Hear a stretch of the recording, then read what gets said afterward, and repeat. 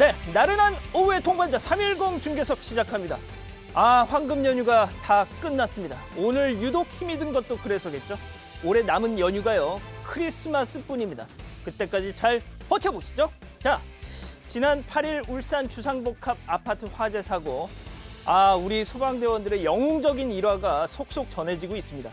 이 33층에 갇힌 성인 일가족 3명을 실신 직전에 1층까지 업고 내려왔다는 겁니다. 생각해 보십시오. 이 소방 장비만으로도 천근만근인데 성인을 들쳐업고 33층 계단을 내려왔다.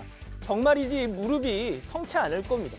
또 밤새 이어진 진화 작업에 지쳐서 길바닥에서 누워 자고 있는 모습까지 보니까 정말 이래서 소방관을 영웅 하는구나 싶더군요.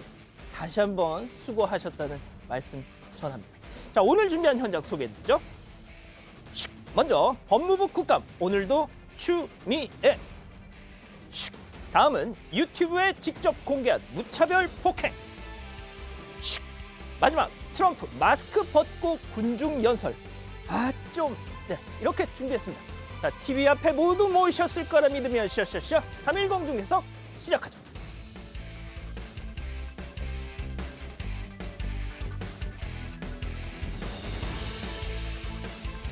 지금 뭐 시청률 지난 금요일 방송 얼마나 나왔는지 지금 다 전망을 하고 계시는데, 러브 JTBC 뉴스님이 딱 맞추셨네요. 1.3%.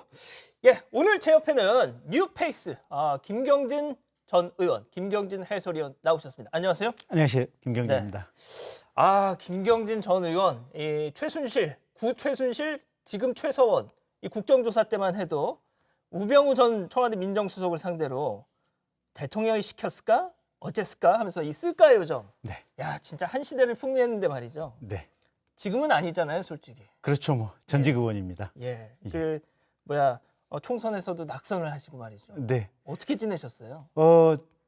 16년 만에 네. 좀 쉬고 있습니다. 그러세요? 그러니까 선거에서 떨어지고 나니까 사실은 네. 마음이 좀 홀가분해져가지고 책도 읽고 자전거도 타고 동네에서 달리기도 하고 그래서 오랜만에 심신을 충전하면서 얼굴이 대단히 좋아졌지 않습니까? 이렇게 살고 잘 있습니다. 모르겠는데요. 그렇습니까? 네, 아무튼 그런데 네. 진짜 이 김경진 전 의원의 이 뭐랄까요, 유명세가 네. 예전 같지 않다는 걸 느낄 수 있는 게, 네. 자, 그거 한번 보여주시죠. 제가 포털에서 김경진하고 딱 쳤더니 이 개그맨 김경진이 뜨는 거예요. 가슴 아픕니다. 예, 예전엔 안 그랬거든요. 근데 가끔 가다가 예. 동률로 같이 나올 때가 있긴 합니다만 그렇습니까? 주로 밀립니다. 참 그렇군요. 예. 자, 그리고 제가 또 이 김경진 의원이 반가운 것이 2018년 지방선거 때 네. 그때 민주평화당 선대위원장을 했지 않습니까? 그때 네. 제가 보시는 것처럼 저렇게 유세 현장을 찾아가서 인터뷰를 진행을 했는데 네.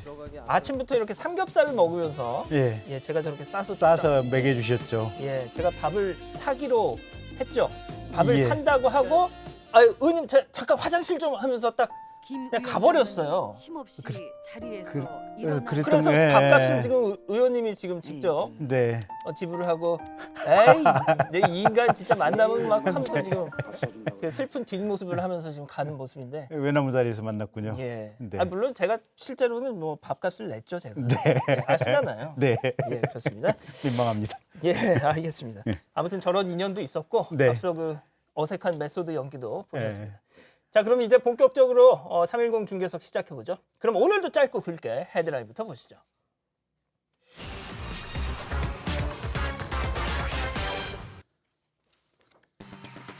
추미애 국감 또 파행입니다.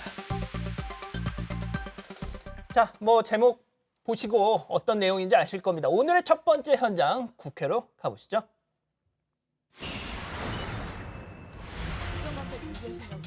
장관님, 국회에서 거짓 진술한 것에 대해서 이 자리를 빌어 국민들에게 사과할 생각 있으십니까? 거짓 진술하지 않았습니다. 네. 25일 보좌관으로부터 보고받은 사실도 없으신 거죠? 25일 예. 보좌 어떻게 다 기억하겠어요?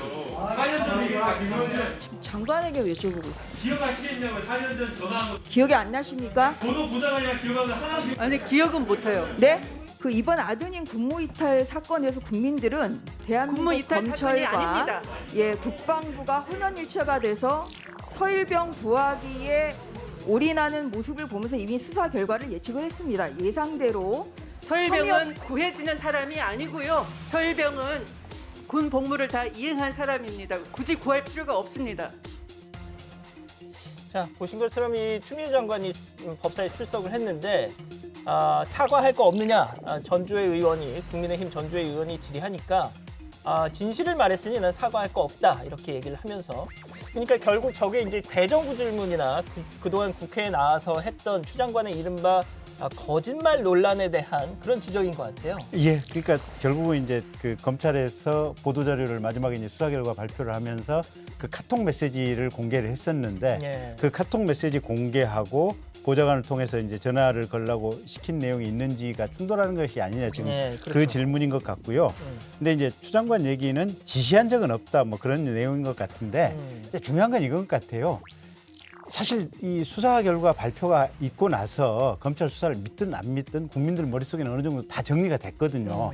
그러면 이 국정감사라면 더 중요한 이슈들 가령 공수처 출범하고 나면 가령 공수처의 이 임용 공수처 검사 임용은 어떻게 할 것인지 또 가령 조두순 출소하고 나면 이 보호 수용제도 도입해야 된다고 하는 얘기들 있지 않습니까? 네. 그럼 그런 여부 어떻게 해야 될 것인지 이런 이제 정책적인 문제를 논의하는 것이 좀 더 중요한 것 같은데 네네. 사실은 이미 결론이 나버린 문제를 가지고 국감장에서까지 얘기를 하는 것은 검찰이 불기소를 했으니까요. 예. 어쨌든 이 국민들의 판단이 날 만큼 났으니까 좀 더 중요한 이슈에 야당은 집중했으면 좋겠다라는 예. 생각입니다.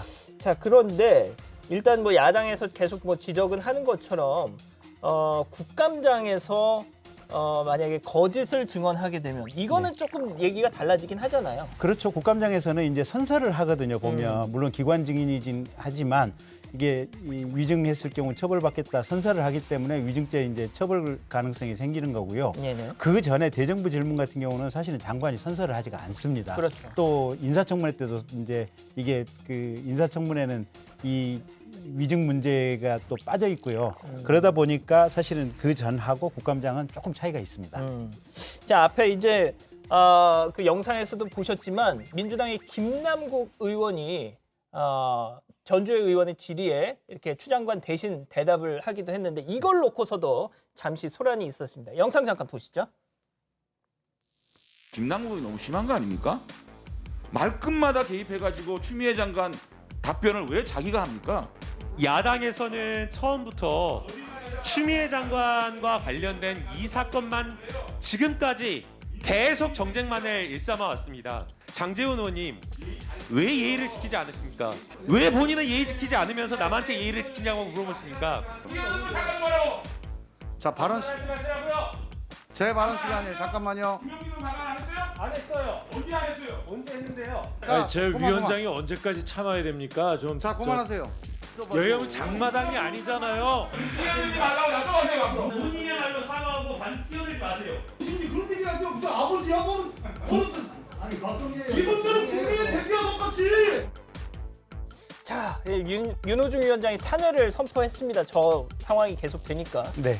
뭐 김 전 의원께서도 의정 활동을 하셨으니까 아시겠지만 제가 기억하기에도 김 전 의원도 그 이렇게 국회에서 반말 네. 혹은 뭐 끼어들기 이런 것 때문에 언쟁을 좀 하셨던 기억이 나는데 말이죠. 네. 진짜 좀 민감해 하나요? 그런 문제들? 화가 나죠. 저 이제 이 감정의 동물이다 보니까 화가 나서 하는데 저렇게 입씨름을 하다 보면 결국은 여도 손해고 야도 손해고 아하. 정작 중요한 질문을 할 기회나 시간은 없어져 버리고 그러니까요. 결과적으로 국민이 손해고 이게 사실 과거에는 보면 국회에서 존경하는 무슨 의원님 꼭 그렇습니다. 그렇게 이제 말을 붙였지 않습니까? 맞습니다. 보면 예. 옛날 영국 의회에서는 흰색 가발 쓰고 모자 쓰고 이게 포멀한 복장으로 와서 얘기를 했거든요. 그건 뭐냐면 현장에서 정중하고 중요한 형식을 갖추어서 중요한 국사를 논의하라고 했는데 저런 식으로 거칠게 얘기를 해버리면 국사 논의가 안 되고 예. 사실 국민이 불행해지는 거죠. 근데 또 재밌는 거는 저렇게 싸우면서도 네. 이름을 호칭할 땐 또 존경하는 김남국 의원 하면서 또 막 화를 내요. 네.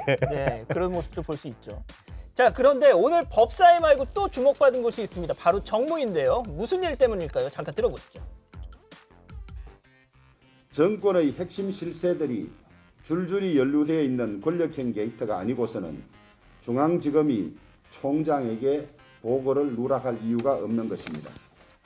검찰은 그 대상이 누구든 엄정하고 철저히 수사해 아무런 의혹도 남기지 말고 진실을 밝혀주기 바랍니다. 우리는 근거 없는 거짓 주장이나 의혹 부풀리기에는 단호히 대응할 것입니다.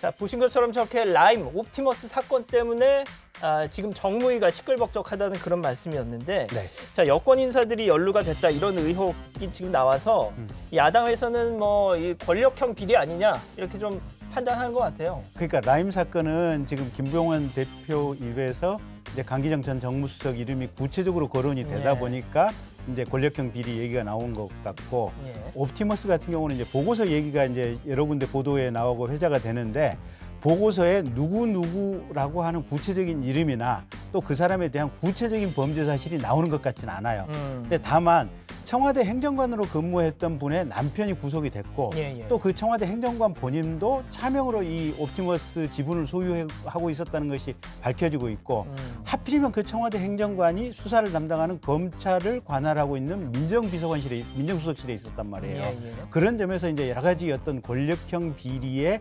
느낌이나 냄새가 난다. 이제 이런 상황인 것 같고 어쨌든 검찰이 수사하는 거 봐야죠. 그리고 이낙연 대표가 저렇게 얘기했으니까 검찰이 많은 인원을 투입해서 철저하게 수사를 하는 것을 지켜봐야 되겠습니다. 자, 아까 말씀하신 그 라임 건 관련해서 지난 8일 재판에서 잠깐 말씀하셨지만 김봉현 전 스타모빌리티 회장이 내가 사람을 시켜서 강기정 전 청와대 수석에게 5천만 원을 줬다. 네.